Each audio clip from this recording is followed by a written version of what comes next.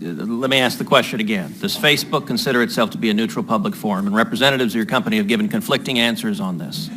Are you a First Amendment speaker expressing your views, or are you a neutral public forum allowing everyone to speak?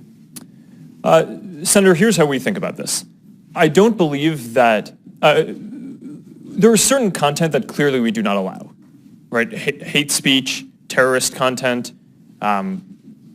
nudity, anything that makes people feel unsafe in the community.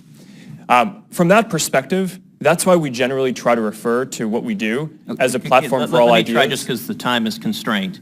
It's just a simple question. The predicate for Section 230 immunity under the CDA is that you are a neutral public forum. Do you consider yourself a neutral public forum, or are you engaged in political speech, which is your right under the First Amendment? Well, Senator, our goal is certainly not to engage in political speech. I'm not that familiar with the specific legal language of the law that you speak to, so I would need to follow up with you on that. I'm just trying to lay out how broadly I think about this. Well, Mr. Zuckerberg, I will say there are a great many Americans who I think are deeply concerned that Facebook and other tech companies are engaged in a pervasive pattern of bias and political censorship. There have been numerous instances with Facebook. In May of 2016, Gizmodo reported that Facebook had purposely and routinely suppressed conservative stories from trending news, including stories about CPAC, including stories about Mitt Romney, including stories about the Lois Lerner IRS scandal, including stories about Glenn Beck.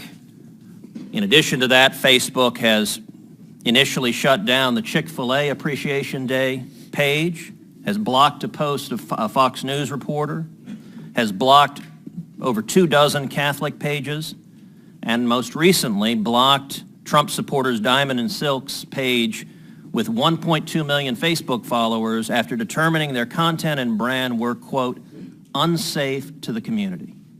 To a great many Americans, that appears to be a pervasive pattern of political bias. Do you agree with that assessment? Senator, let me say a few things about this. First, I understand where that concern is coming from because Facebook and the tech industry are located in Silicon Valley, which is an extremely left-leaning place.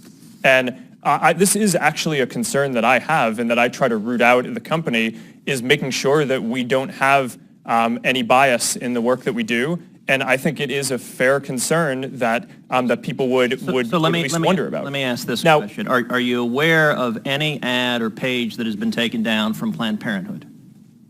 Senator, I'm not, but let me just... How about MoveOn.org? Sorry? How about MoveOn.org? I'm not specifically aware of those. How about cases. any Democratic candidate for office? I'm not specifically aware. I mean, I'm not sure. In your testimony, you say that you have 15 to 20,000 people working on security and content review. Do you know the political orientation of those 15 to 20,000 people engaged in content review? No, Senator. We do not generally ask people about their political orientation when they're joining the company. So as CEO, have you ever made hiring or firing decisions based on political positions or what candidates they supported? No. Why was Palmer Luckey fired? That is a specific personnel matter that seems like it would be inappropriate to speak to here. You just made a specific representation that you didn't make decisions based on political views. Well, is that accurate? I can commit that it was not because of a political view. Do you know of those 15 to 20,000 people engaged in content review, how many, if any, have ever supported financially a Republican candidate for office?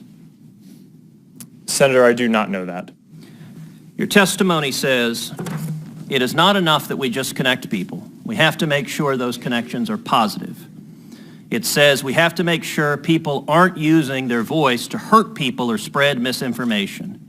We have a responsibility not just to build tools, to make sure those tools are used for good. Mr. Zuckerberg, do you feel it's your responsibility to assess users whether they are good and positive connections or ones that those 15 to 20,000 people deem unacceptable or deplorable?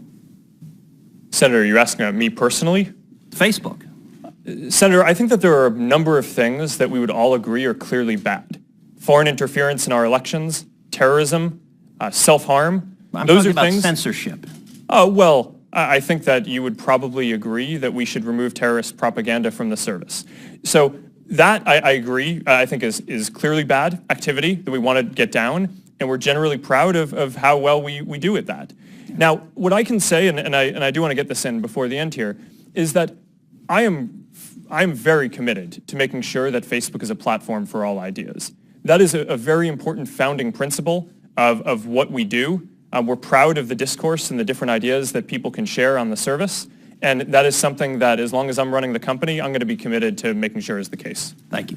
Thank you, Senator Cruz. Do you want a break now? Or you want to keep going?